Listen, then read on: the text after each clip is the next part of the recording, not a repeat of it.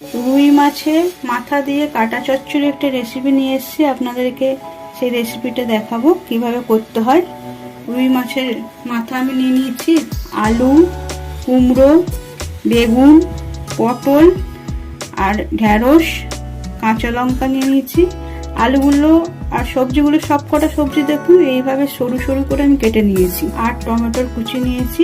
এটা মশলা বাটা, আদা, রসুন, কাঁচা লঙ্কা আর গোটা জিরে। সাদা তেল নিয়ে নিয়েছি, হলুদ গুঁড়ো, ধনে গুঁড়ো নিয়ে নিয়েছি, জিরে গুঁড়ো আর শুকনো লঙ্কা নিয়ে নিয়েছি দুটো। 5 ফোড়ন, আমি এখানে 5 ফোড়ন ইউজ করছি। 5 ফোড়ন, গুঁড়ো গরম মশলা, কাশ্মীরি গুঁড়ো লঙ্কা আর চিনি। বন্ধুরা, এই মাথাগুলো আমি নুন হলুদ মাখিয়ে আমি ভেজে নেব। চলুন তাহলে মাথাগুলো ভেজে নিই, আর সবজিগুলোকেও ভেজে নিতে হবে। আগে আমি মাছের মাথাটা ভেজে নিই।